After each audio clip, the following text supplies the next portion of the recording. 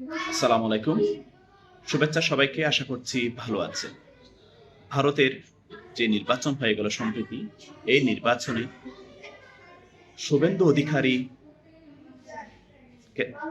রাজ্য সরকারের প্রধান হতে যাচ্ছে।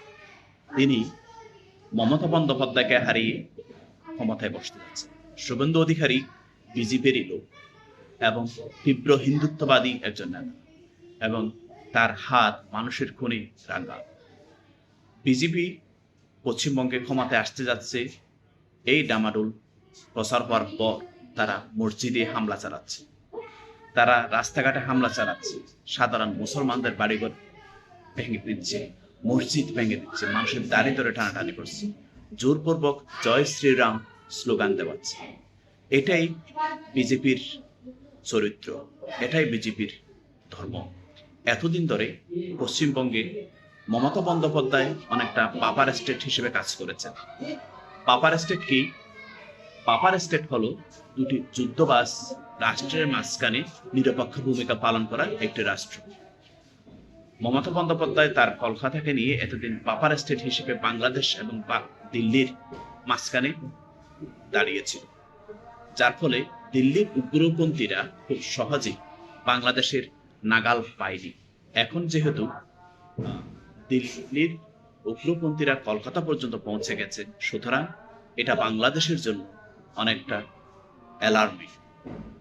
এখন থেকে বাংলাদেশের সীমান্তে হত্যা বাড়বে। কলকাতার যে সকল মুসলমানরা শান্তিতে দিন বসবাস করেছিল, তাদের উপর আক্রমণ চলবে, অলরেডি শুরু হয়েছে। মসজিদে আক্রমণ হচ্ছে, মসজিদে ঢুকে গান বাজানা চালাচ্ছে, মসজিদ ভাঙচুর করছে।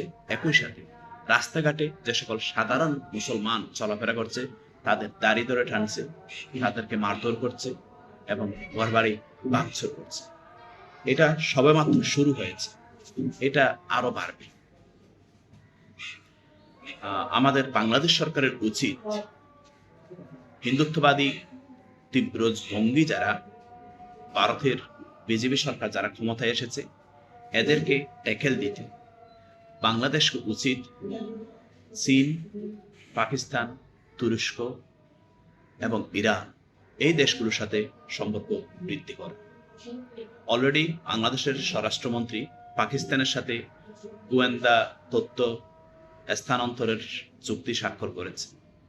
এটা স্বরাষ্ট্রমন্ত্রী শিলংয়ের জন্য একটা গুড মুভ।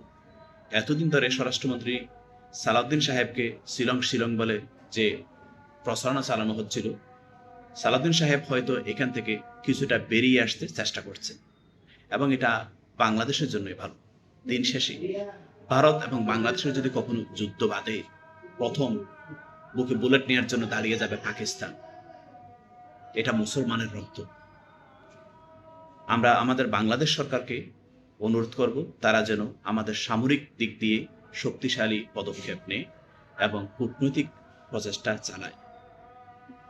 ভারতের উগ্রপন্থীরা, ভারতের তীব্র হিন্দুত্ববাদীরা যেন বাংলাদেশের মুসলমানদের উপর কোনো ধরনের আক্রমণ করতে না। ভালো থাকবেন, সুস্থ থাকবেন। পরবর্তী ভিডিওতে পরের আপডেট জানাব।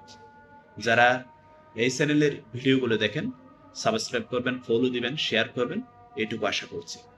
ধন্যবাদ।